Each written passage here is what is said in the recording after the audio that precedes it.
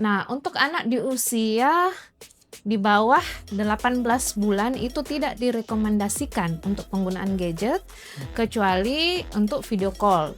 Sedangkan untuk anak umur 2-5 tahun itu disarankan maksimal 1 jam saja penggunaan gadgetnya per hari. Ya, sedangkan anak di atas 5 tahun itu maksimal 2 jam per hari.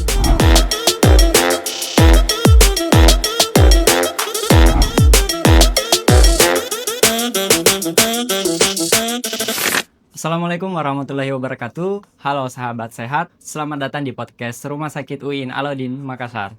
Hari ini kita sudah kedatangan narasumber kita, Dr. Ulfa Rimayanti PhD, spesialis mata, salah satu dokter yang ada di Rumah Sakit UIN Alauddin Makassar. Bagaimana dok? Kabarnya hari ini sehat ya dok ya? Assalamualaikum, kabar saya baik, alhamdulillah. Alhamdulillah, masih dengan rutinitas yang sama ya dok ya? Iya, terima kasih ya sudah diundang di Iya. podcast ini. Saya merasa senang sekali bisa berbagi informasi dengan sobat sekalian. Baik, terima kasih dok. Jadi hari ini kita akan ngobrol terkait dengan topik yang sangat menarik, yaitu tentang mata lelah ya dok ya. Iya. Jadi kita lihat selama ini banyak orang yang sering mengeluhkan tentang mata yang lelah ya dok ya. Jadi sebenarnya dari segi klinis itu mata lelah itu seperti apa sih dok? Mata lelah atau dalam istilah medis ini kita sebut dengan astenopia, bisa juga disebut eye strain. Itu adalah suatu kondisi di mana mata kita terasa lelah dan ada rasa tidak nyaman, rasa terbakar, mata terasa kering.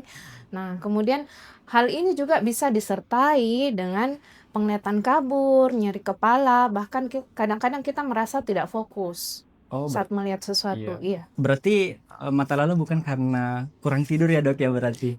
Ya, sebenarnya mata lelah itu terutama disebabkan karena aktivitas visual kita sehari-hari ya, yang misalnya melihat gadget dalam jangka waktu yang lama dengan jarak yang dekat. Itu salah satu penyebab utama dari mata lelah.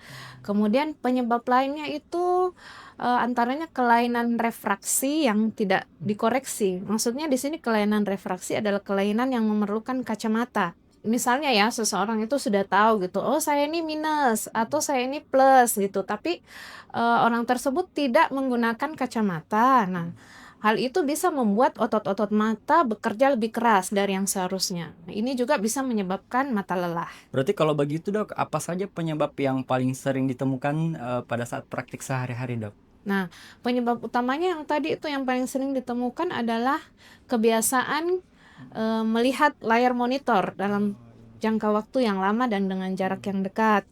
Kemudian pada saat melakukan aktivitas visual juga ini, misalnya ya, kita menggunakan gadget atau melihat ke layar komputer itu pencahayaannya kurang ideal, terlalu terang atau terlalu gelap.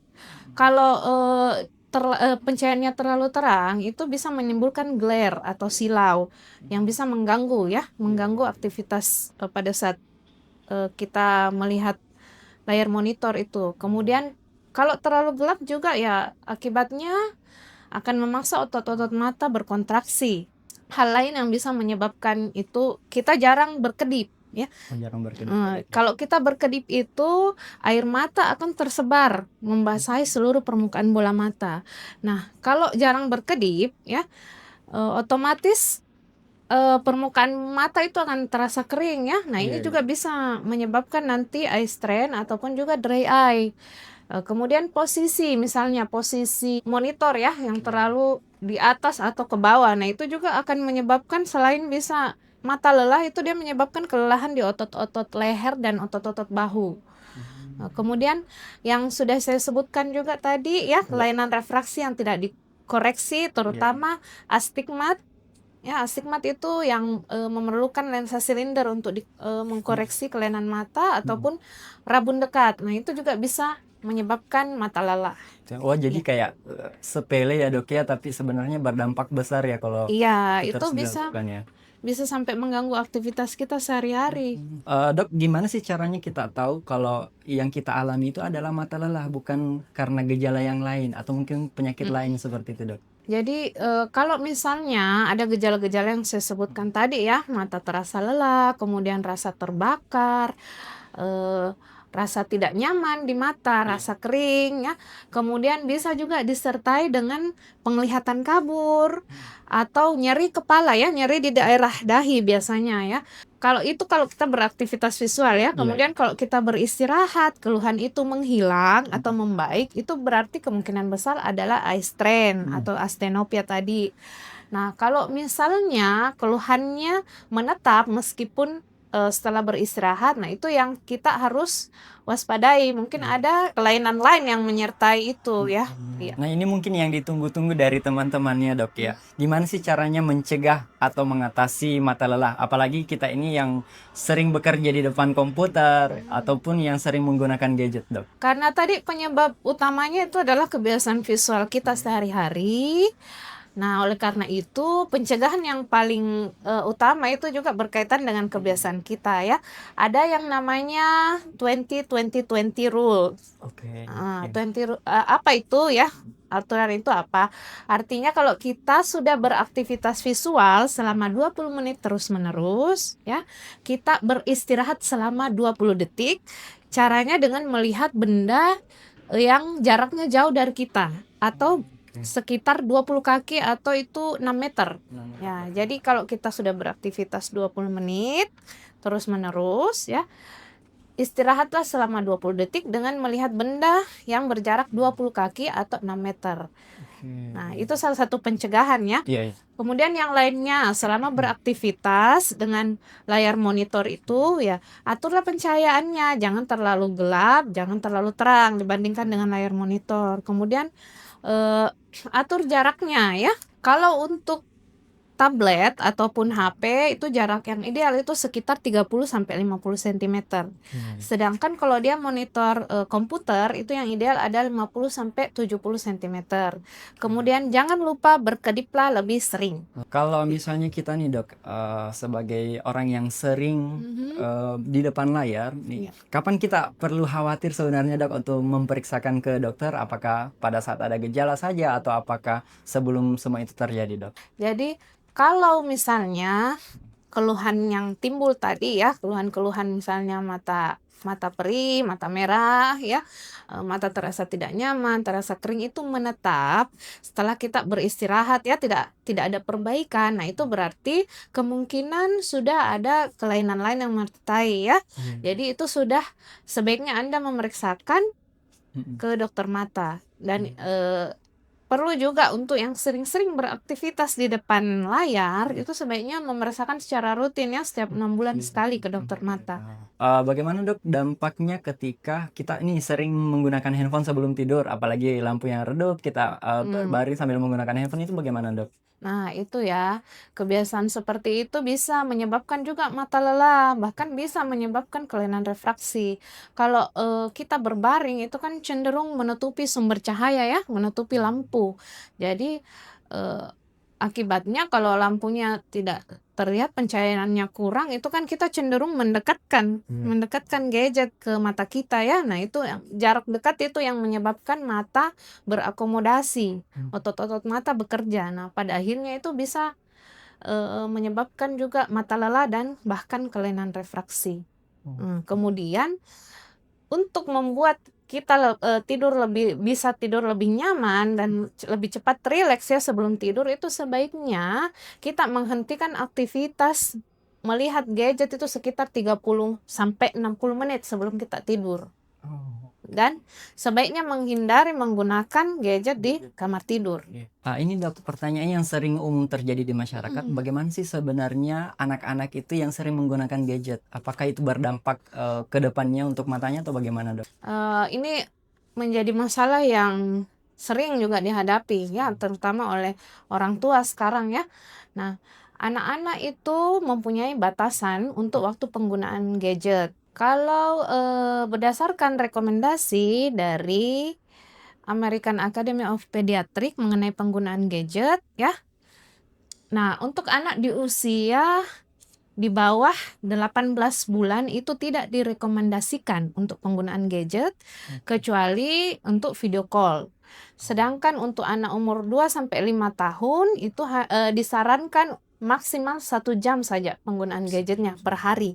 Ya, sedangkan anak di atas 5 tahun itu maksimal 2 jam per hari. Seperti itu ya kalau untuk rekomendasi penggunaan waktu penggunaan gadget ya. Dan ini juga saya sudah pernah mengadakan penelitian ya. Penelitian itu sudah publish di salah satu jurnal internasional ya, mengenai prevalensi dari gangguan refraksi pada anak ya. Jadi kelainan refraksi waktu itu saya meneliti pada anak-anak usia prasekolah dan usia TK ya, usia prasekolah itu prevalensi kelainan refraksinya itu antara 10-20%. Jadi itu cukup besar ya, itu sama juga dengan usia sekolah. Karena saya juga pernah melakukan screening pada anak SD ya, beberapa SD itu prevalensinya tuh di sekitar 10-20% ya. Itu sudah ada kelainan refraksi. Nah, jadi penting untuk melakukan screening pada anak ini ya, minimal 1 tahun sekali, atau kalau anak itu sudah ada gangguan refraksi ya, sudah berkacamata, itu setiap 6 bulan sekali seharusnya kontrol ke dokter mata. Bagaimana dok dampaknya untuk anak-anak yang sering menggunakan gadget dok? Ya, kalau dampaknya yang paling dikhawatirkan mungkin kelainan refraksinya ya, kelainan yang mengharuskan anak memakai kacamata. Ya, jadi anak-anak sekarang itu kan kita temuin banyak yang sudah berkacamata ya, di usia dini, usia prasekolah pun sudah pakai kacamata. Bagaimana dengan anak-anak yang harusnya sudah menggunakan kacamata tapi tidak menggunakan kacamata dok? Kelainan refraksi pada anak tidak dikoreksi ya. Nah, kondisi ini bisa menyebabkan suatu gangguan yang berbeda dengan orang dewasa ya. Nah, kalau pada anak-anak kelainan refraksi yang tidak dikoreksi itu dia dapat menyebabkan ambliopia atau mata malas. Ini mata malas itu adalah suatu kondisi di mana salah satu mata itu tidak berkembang dan penglihatan tetap kabur.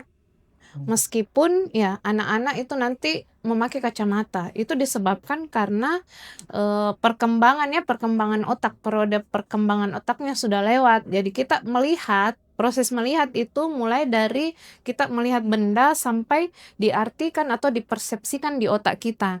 Nah, pada periode usia 8 tahun ya, di mana plastisitas otak itu sudah berhenti di situ ya, perkembangan otak berhenti, maka otak akan mempersepsikan bayangan yang dilihat oleh mata yang mengalami ambliopia itu sebagai bayangan yang permanen. Jadi kalau mata ambliopia ya tidak dikoreksi kan otomatis melihat sesuatu benda itu kan akan kabur ya.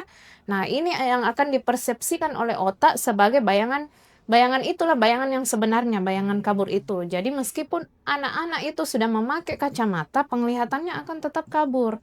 Jadi sangat penting untuk mendiagnosis dan melakukan terapi dini pada kelainan refraksi pada anak ini. Supaya tidak menjadi kondisi ambliopia atau mata malas.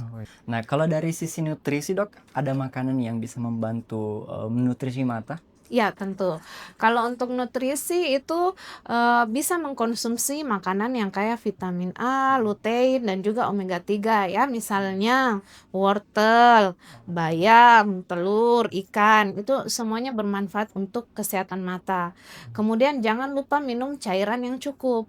Karena bagaimanapun juga air mata itu salah satu komponen utamanya adalah cairan. Ya. Jadi penting juga untuk menjaga kita tetap terhidrasi dengan baik.